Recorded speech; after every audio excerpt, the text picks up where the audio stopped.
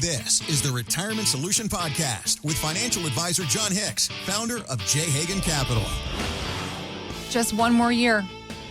How many years in a row have you said that to yourself? Is the That's question. what the Knicks did for a really long time, Heather. A really long time. Just one more year. One more year. Well, good for them. The Knicks are a professional basketball organization. They will hopefully be here for many, many more years. But when you are thinking to yourself, when can you actually retire? And then every year you say just one more year of work. Mm-hmm. Who are you really robbing yourself of? Or who is being robbed really in that moment? Because for so many people, you're robbing yourself. And that's what we're going to talk about, this one more year syndrome. Many people suffer from it.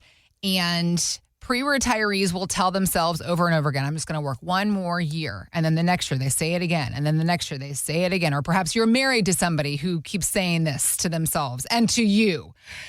So, and there are many reasons that we do it. Job security. Some people want to beef up that Social Security check, John, if they push that back. Sure. I know that Medicare is a big deal if you're not quite 65. I'm just going to work to 65 because that's a big area of financial burden. If you're not 65, you have to cover your medical costs. But when thinking about how these things will actually deliver for you in retirement, that's where you come in, John, to help us do the math, understanding what the benefits, if there are any, of one more year really are for somebody.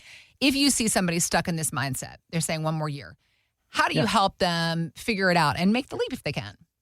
Well, it's interesting. A minute ago, you said you may be married to someone that always says, just one more year. Yeah. Well, my mother was married to one of those people. Yeah. My dad, literally every single month, he's like, just one more month or one more quarter, one more year. He did it forever. Mm-hmm. And unfortunately, he had a stroke before he actually pulled the trigger to decide to retire. Now, what that did, it robbed my mother of having a better retirement, right? So there's trade-offs to anything. But the biggest thing to understand is there's no right or wrong answer on when someone should retire. So the fear is real. And I validate those fears with people when they say, John, I don't know. I still don't know if I'm ready to do it. If it's true fear, then what we can do is go through the math and find out, does the math work first? Because what I have found, Heather, when someone comes in or they talk to us, they've heard me on the show for over a decade, or they've seen us on television for over a decade, what they say is, you sound in real life kind of like you do in your radio show.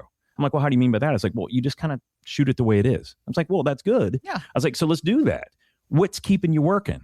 And here's what a lot of gentlemen say, right? And the ladies, not as much, but the guys typically say, well, I make more money than I've ever made, doing what I do. I got a kind of an easy job. I've done it for 39 years, 29, whatever their number is. And here's what they're really getting to. I don't really know what I would do with 40 extra hours a week if I didn't go to work. Yeah. That's kind of what they're saying.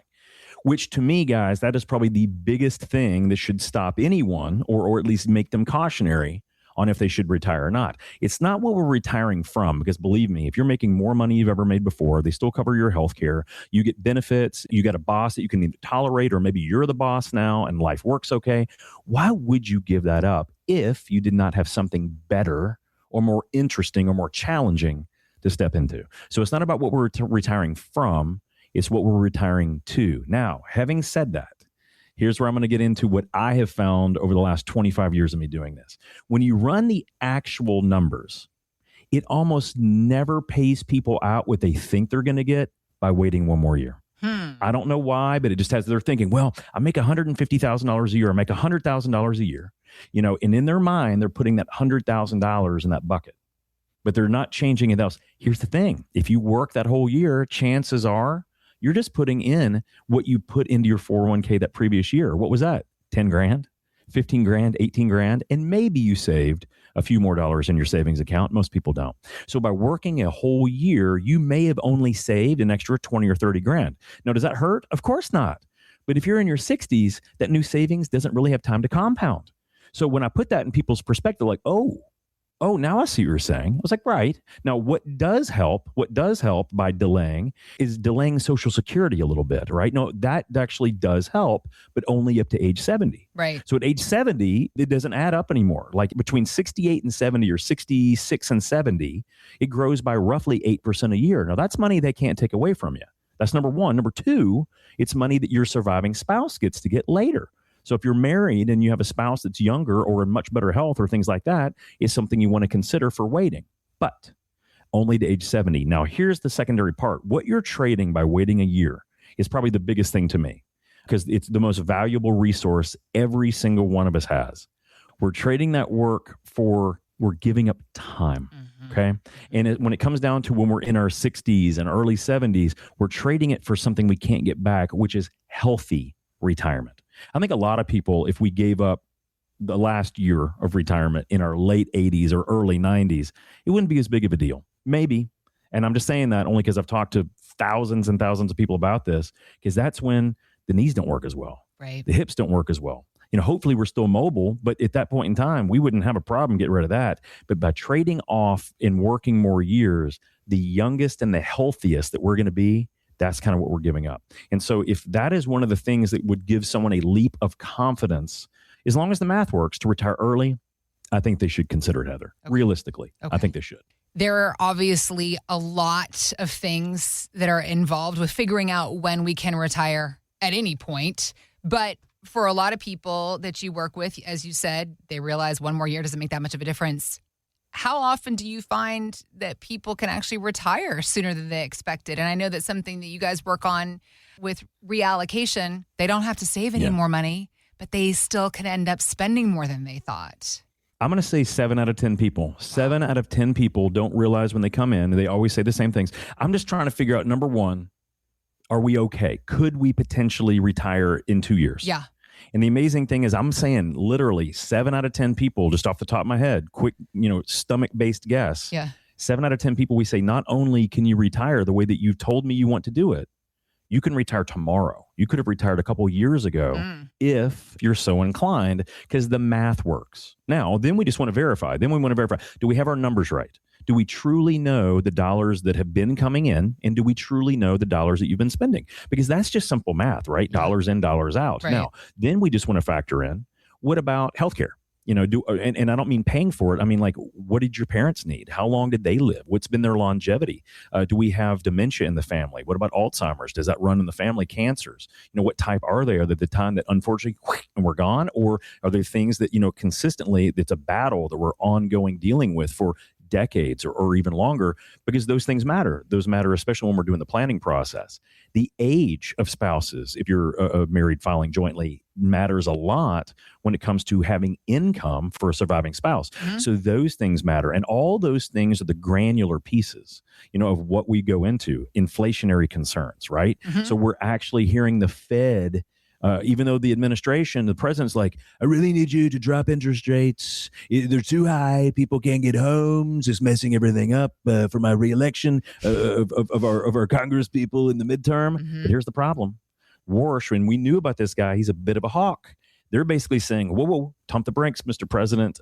We may need to be increasing interest rates. Whoa. Will that potentially put the markets in a tizzy? We don't know. But all these things are happening right now. But all those things factor in. Can you retire? Should you retire? Does it make sense? And what is too early? What is too late? And where's the sweet spot? But most people, they can retire a lot earlier than they think. The question is, would they be happy, right? Okay. Or do they actually get more enjoyment and more fulfillment from their job than they've let on? And some people do, right? Small business owners are notorious for just keeping on working until they can't, or it becomes insolvent, or there's no one to leave it to and they can't find someone else to buy it. Small business owners are the easiest people to fix because typically there's 3 or 4 major things we have to do with them to get them restructured. It doesn't take as long as you think, 18 to 24 months. And believe it or not, you can actually turn your life's work into potentially a sellable asset. But it takes planning. It does not happen overnight. And most people never get to that. They're not willing to commit the 18 to 24 months to maybe get millions of dollars in the back end. Instead, they give it to a kid or they give it to a family member. And unfortunately, this doesn't run the same way. They don't get paid back the same way they should. Right. But guys, this is why we're on the show. It's just talk about planning. Think about it. We almost never talk about products on the show. It's about plan. Get the plan right. And the plan will dictate all of our opportunities. And some of them are incredible, but you have to know, where are you starting? What do you want to do? What do you want to accomplish? And then what are the processes that we need to put in place to hit those goals? Most people, it's because they just haven't seen and been aware before of the math. And that makes it unscary, right? As long as we get the math right, nothing's really scary. Then it's just like, hey, what's a better decision? To wait 3 more months, not a year, 3 more months, so I can get that one last bonus and then go out? And should I cash in that holiday pay, or should I just go ahead and do my 3 weeks as my way out of the thing? I'll put in my notice, take my 3 weeks on paid family time or paid time off, and then actually come back to only clear out my desk. Right? There's all kinds of things that I've seen people do because of the way that their companies work. I'm like, that's a great idea. I'm going to use that for the next person that comes in and says that. So that's the cool thing about working with an advisor too, that's seen thousands of people's retirements. There's things I learn, no joke, every month, Heather. Every month for someone like, hey, here's what my plan allows me to do. I'm like, you're kidding. I wonder how many other plans allow that. We look into it. I'm like, hey, did you know that you can do a backdoor Roth in your current 401k and maybe put $60,000 in a tax-free account? No one knows. So that's that point. Yeah. Get that right conversation started so you can truly find out mathematically, could you retire tomorrow if you wanted to? Would it make you happier? And then figure out the processes and procedures we need to do to get you in the right spot. If you are suffering from one more year syndrome, let's work to help cure you of that. Doing the math on your savings is what Jon and his team at J. Hagan Capital are here to help you with. Reach out to us. RetirementSolutionShow.com is our website where you can go to start the conversation, getting to work, understanding when you can actually retire. Maybe it's tomorrow. Maybe it was last year and you're just sitting here working for the man thinking that you have to. Let's find out. Let's run the numbers on your savings. RetirementSolutionShow.com, or just click on the links we've got posted here. Thanks for listening to the Retirement Solution Podcast with Jon Hicks. Begin the conversation about your savings plan with Jon and the team at J. Hagan Capital by visiting RetirementSolutionRadio.com. Be sure to listen to Jon's radio show, The Retirement Solution, Saturdays at 8 a.m. and Sundays at 9 a.m. on News Radio 840 WHAS.